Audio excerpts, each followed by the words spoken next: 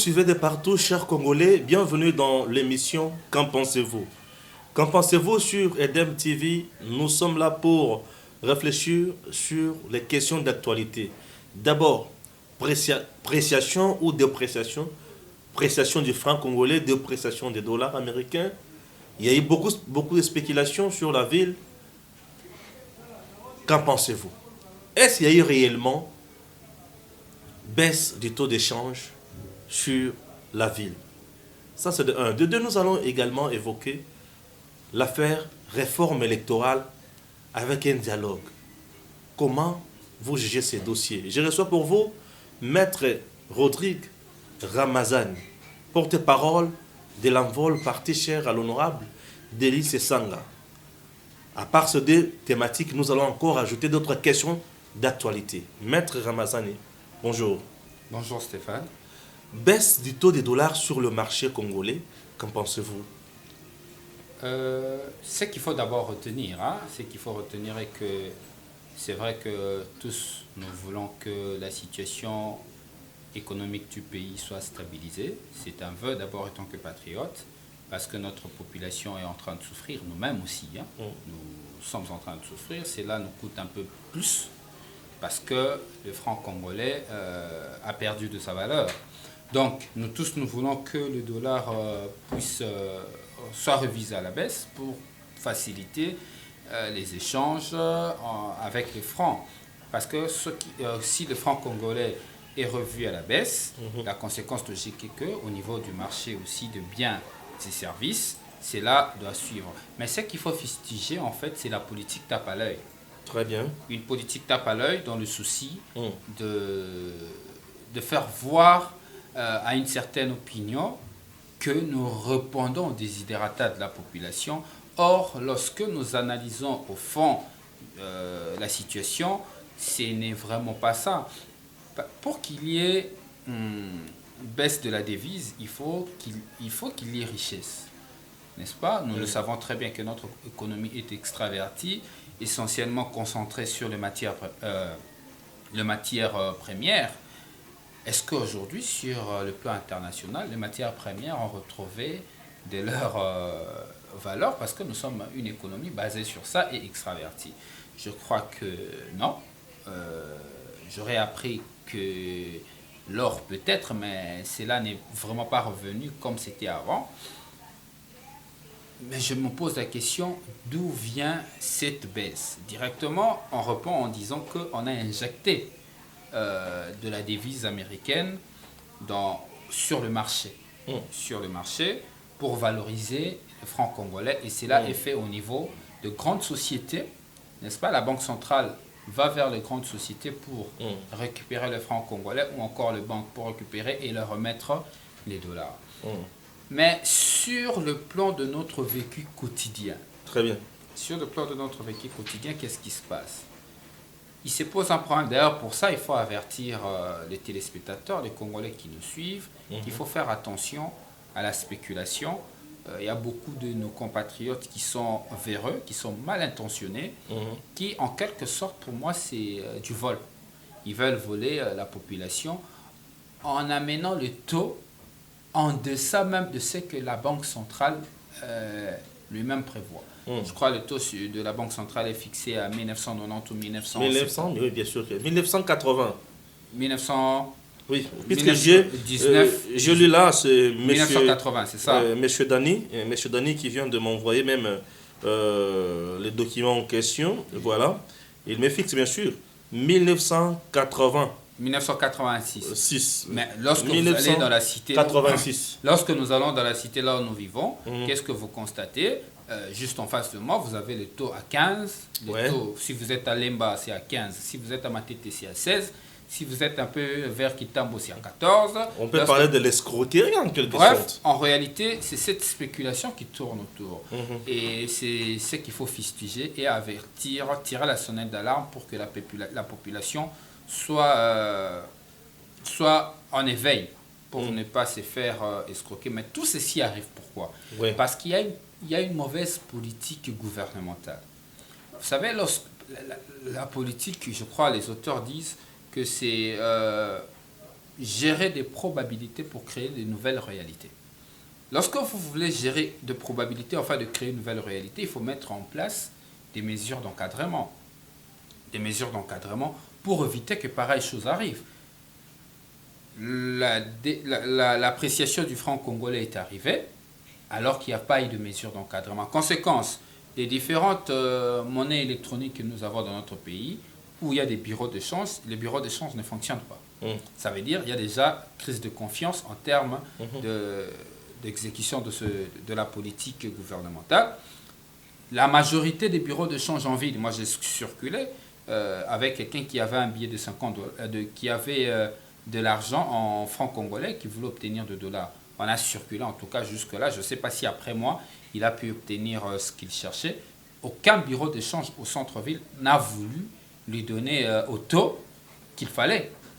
Tous, ils étaient au-delà de 20 000.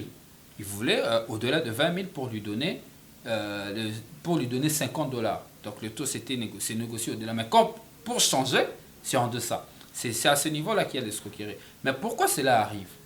Parce qu'il n'y a pas de mesure d'encadrement. Il faut une cohérence dans la politique du gouvernement, entre la Banque centrale et le gouvernement et toutes les institutions qui sont chargées de gérer les finances publiques, pas les finances publiques, la vie monétaire du pays, notamment la Banque centrale.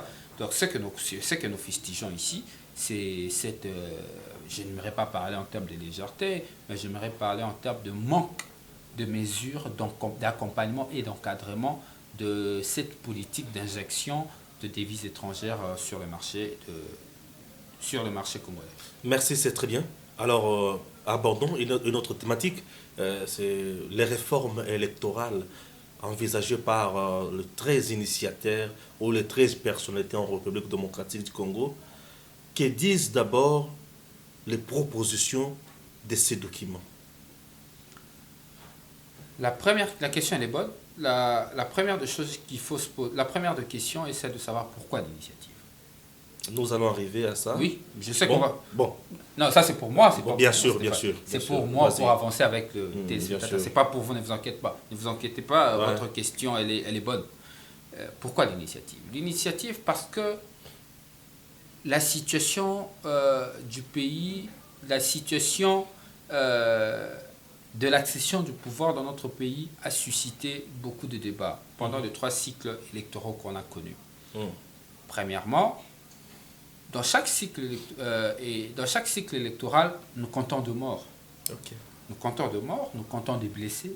Bref, c'est le sang de notre peuple qui coule. Mais lorsque nous sommes arrivés après les élections de 2018, qu'est-ce que nous constatons? D'abord au sein de la majorité au pouvoir, la majorité au pouvoir n'arrive pas à se mettre d'accord autour de certaines questions. Ils sont vraiment divisés. Très divisés. Très divisés même. Nous sommes déjà, la désignation du président de la CENI a fait couler le sang. Parce que lorsque l'IDPS est sorti, on a compté de morts. C'était d'ailleurs, je me souviens pour rire, c'était un débat entre la police et le secrétaire général de l'IDPS, où le secrétaire général de l'IDPS parlait de 5 morts, la police parlait de 3 morts. Après, c'était celui qui connaît des morts, n'a qu'à nous dresser la liste des adresses, nous allons vérifier, ainsi de suite. Il y avait... apparemment, ces jeux de ping-pong étaient, c'est vrai, ce sont des compatriotes qui sont morts. À mon sens, de tels débats ne pouvaient pas avoir lieu sur la place publique, mais cela est arrivé. Mais pourquoi c'est arrivé? Parce que la majorité déjà au pouvoir ne s'est même pas d'accord. L'opposition aussi de son côté ne veut pas se laisser faire. On a vu la marche de la Mouka, n'est-ce pas? Et d'autres partis politiques de l'opposition, notamment mon parti en rôle, qui est monté au créneau pour dénoncer cette désignation. Donc nous sommes déjà, on ne se rend peut-être pas compte, en pleine crise électorale. La CENI est bloquée. Corneille Nangaa et son bureau sont fin mandat. Le rapport devait être auditionné, mais c'est bloqué. On n'a jamais auditionné ça. On n'a jamais auditionné. Le président de la République qui répond, même l'Assemblée nationale après enterrement de Rossard Malonda, qu'il répond qu'il ne peut pas investir cette candidature contestée. N'est-ce pas? Il y a déjà crise. Peut-être qu'on ne s'en rend pas compte. C'est pourquoi les initiateurs disent, est-ce qu'il n'est pas temps, avant que le sang de notre peuple puisse couler, de démontrer à la face du monde qu'après 60 ans, finalement, qu'on est mature. Mm. On peut se rencontrer et discuter. On peut se mettre d'accord et échanger, sans pour autant voir notre peuple mourir. La crainte, la crainte de la population aujourd'hui, c'est celle de voir les politiciens se rencontrer encore pour un autre dialogue et au finish qui est partage des pouvoirs. On est vraiment habitué à ça et ça dérange un peu. Mais il faut légitimer cette crainte. Mm. La crainte de notre peuple est légitime. Parce que le dialogue dans notre pays, je crois qu'il y en a eu une affaire de 24, depuis la table ronde à aujourd'hui. Le dialogue de notre pays a souvent débouché au partage de pouvoir. Ouais. Mais c'est là où moi je viens pour accompagner la proposition des initiateurs, de 13 initiateurs. Aujourd'hui 12, parce que Paul Sapou a préféré être candidat à la présidence de la CUNI. Donc ils sont aujourd'hui à 12, dans l'espoir qu'il y aura quelqu'un d'autre qui va rejoindre les initiateurs. C'est que moi je soutiens que le consensus en question dans le cadre de cette initiative de personnalité politique et de la société civile n'a rien à voir avec les partages du pouvoir. Pardon? Il dit ceci. Tout ce qui concerne la situation économique, sécuritaire, la situation de l'éducation relève de la compétence de l'exécutif qui a un programme sur cette question. Point n'est besoin d'aller toucher la question de la légitimité de X ou Y. Il n'y aura pas partage de pouvoir. Le partage de pouvoir, non. Les 13 personnalités disent qu'il n'est pas question de partage de pouvoir, mais il est question de trouver un consensus autour de questions qui nous divisent. Comme quoi? Le retour du deuxième tour de l'élection présidentielle qui aura comme conséquence de toucher la Constitution. Ok. Il faut trouver un consensus. Qu'est-ce qu'on touche, qu'est-ce qu'on ne touche pas, tout en sachant que la révision constitutionnelle, il ne faut pas toucher des dispositions dites intangibles. Mais il y a des questions qui doivent faire objet de débats. Retour du deuxième tour, le scrutin des gouverneurs. On a des crises dans toute la majorité de nos provinces aujourd'hui. La légitimité du gouverneur est remise en cause. Mais nous sommes une société. Nous sommes une société, nous devons continuer à analyser notre société pour la parfaire. Comment allons-nous parfaire nos sociétés? En changeant de loi. D'ailleurs, parce que nous parlons aussi de la révision constitutionnelle, je crois que la Constitution française a connu beaucoup plus de révisions depuis 1958 à aujourd'hui que la nôtre. Nous, on n'est qu'à un seul. Ça fait combien d'années que la Constitution existe? Depuis 2006. Depuis 2006. Le 18 février 2006. Aujourd'hui, ça fait 14 ans. On n'a connu qu'une seule révision. Mais est-ce que ce n'est pas aussi vrai aujourd'hui qu'il faut revoir notre Constitution dans certaines dispositions, sauf les dispositions dites intangibles, bien sûr, qui ont déjà fait objet de consensus, notamment le mandat du président de la République et j'en passe. Mais ça fait 3 cycles électoraux, Stéphane, très chers téléspectateurs qui nous regardent, qu'on n'a pas organisé les élections locales. Ouais. Pourtant, l'esprit de notre constituant est d'abord de rapprocher les administrés de l'administration et de cultiver la démocratie à la base. Mais pourquoi arrivons-nous pas toujours à organiser les élections locales et municipales? Parce que, une des raisons, il n'y a pas de moyens. Pourquoi il y a beaucoup de moyens? Ça coûte beaucoup parce qu'il y a beaucoup de circonscriptions. Lorsqu'on a fait notre décentralisation, nous sommes allés jusqu'à la chefferie. D'où l'Envol avait déposé une proposition de loi à l'époque, je crois le 16 septembre. Le 16 août, on a déposé la proposition de loi portant révision constitutionnelle portée par le député Simon Moulamba et Jean-Marc Mabidi Koloboro, les élus de l'Envol, où on a dit qu'il faut revoir la décentralisation au niveau de villes, chefs-lieux de province et des secteurs.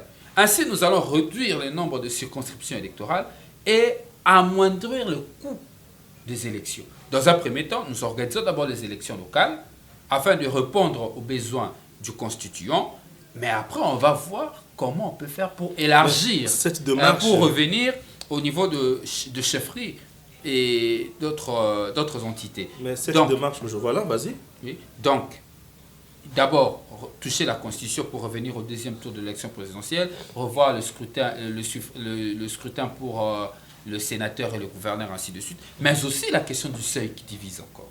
Oui, encore ça. La question du seuil, est-ce qu'aujourd'hui les gens se rendent compte qu'on a dans ce pays de personnalités ou de personnes qui ont été élues à plus de 15 000 voix qui ne siègent pas à l'Assemblée nationale parce que simplement la plateforme où il s'est trouvé, où son parti politique n'a pas atteint le seuil. Mais une personne qui, du même circonscription, a été élue à 1000 voix, siège à l'Assemblée parce que son parti a totalisé le seuil. D'où la question où nous aussi nous posons la question, faudrait-il pas rentrer au système proportionnel? Ça, c'est l'envol. Lors de notre bureau politique tenu au mois de juillet 2019, on s'est posé cette question. Il faut rentrer au proportionnel pour que le meilleur gagne. Mais certains camps politiques estiment que non. Mais ce sont des questions qui divisent. La loi électorale, il y a beaucoup de choses qu'il faut revoir. On a voté, on est allé avec la machine à voter. Est-ce que la machine à voter est légale? Toutes ces questions-là, ce sont des questions qu'il faut remettre sur la table et discuter et trouver un consensus autour de ces questions. Il y a la loi sur la CENI. La loi sur la CENI, par exemple, la composition du bureau de la CENI n'est pas paritaire. La majorité obtient la part du lion, la société civile, l'opposition. N'est-ce pas? Mais est-ce qu'aujourd'hui, il ne faudrait pas faire que le bureau de la CENI soit paritaire? Est-ce qu'il ne faut pas changer les mécanismes du fonctionnement de la CENI? Ce sont des questions, ce ne sont pas des conclusions, mais ce sont des questions qui divisent. Déjà que ce sont des il faudrait grandes trouver questions. des consensus.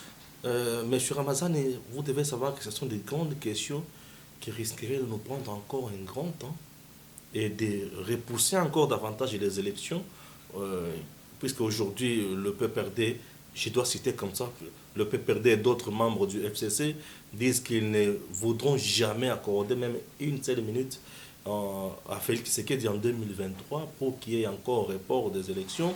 Ça, c'est de un. De deux, ils disent encore que ces questions-là, vous devriez donner ça aux gens qui sont dans les institutions, puisque vous avez des défauts de qualité. Les 13 initiateurs, bien sûr, ont des défauts de qualité. J'espère que vous avez suivi ça. Ils n'ont pas d'effort de qualité. Il y a des députés, tout ça. Oui, je comprends. Je comprends les inquiétudes des uns et des autres. C'est que vous aviez suivi leurs inquiétudes. Oui, je comprends. Ouais. Les inquiétudes des uns et des autres, c'est qu'il faut ici, il faut rassurer tout le monde. C'est quoi? Il faut rassurer tout le monde en disant ceci.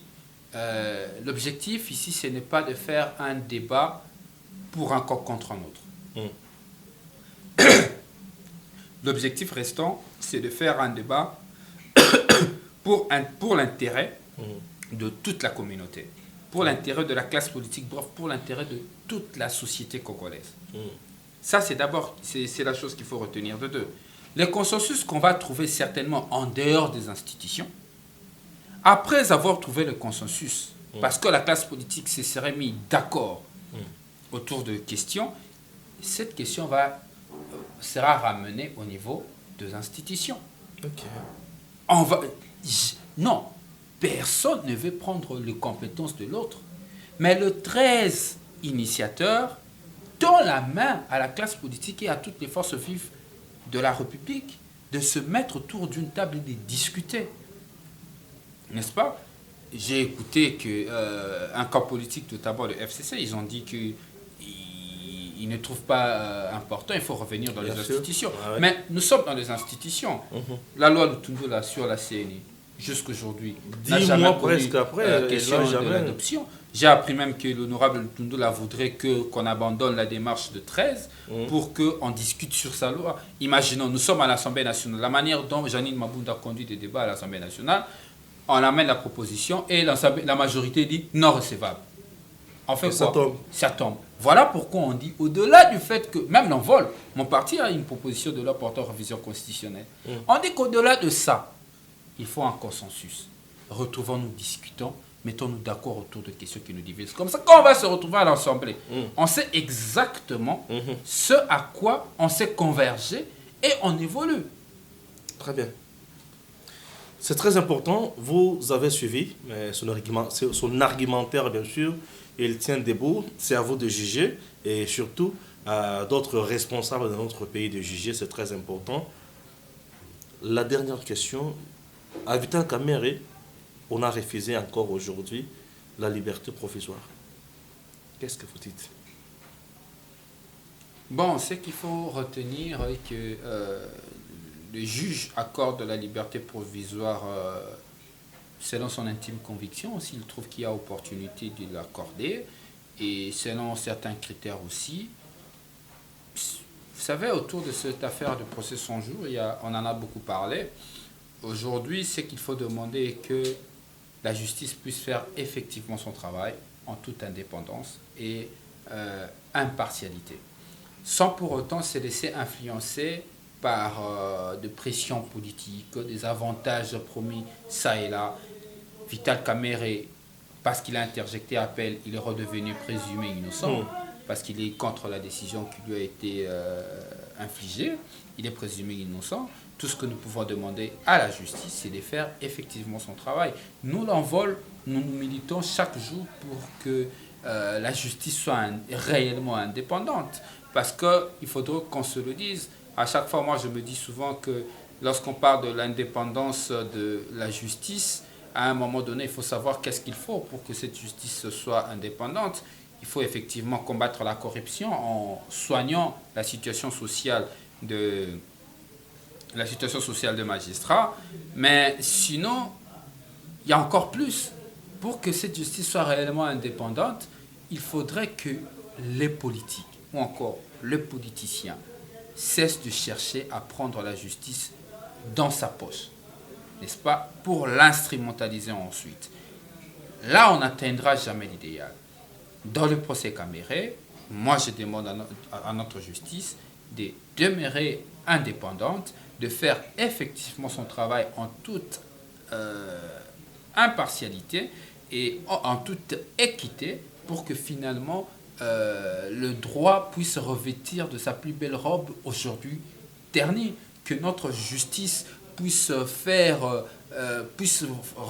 vraiment faire ce travail de transformer la société, parce qu'on dit que la justice élève une nation.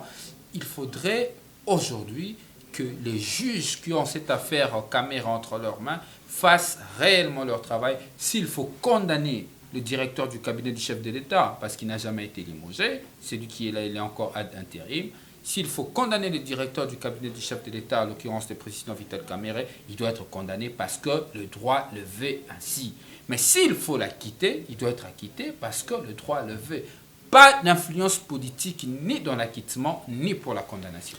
Merci. Il s'appelle Maître Ramazani, porte-parole adjoint de l'envol parti chez l'honorable Delice Sanga. Nous l'avons invité bien sûr dans cette émission. Qu'en pensez-vous? Alors, chers Congolais, nous on a débattu, on a analysé. Alors, vous aussi, qu'en pensez-vous? À très bientôt.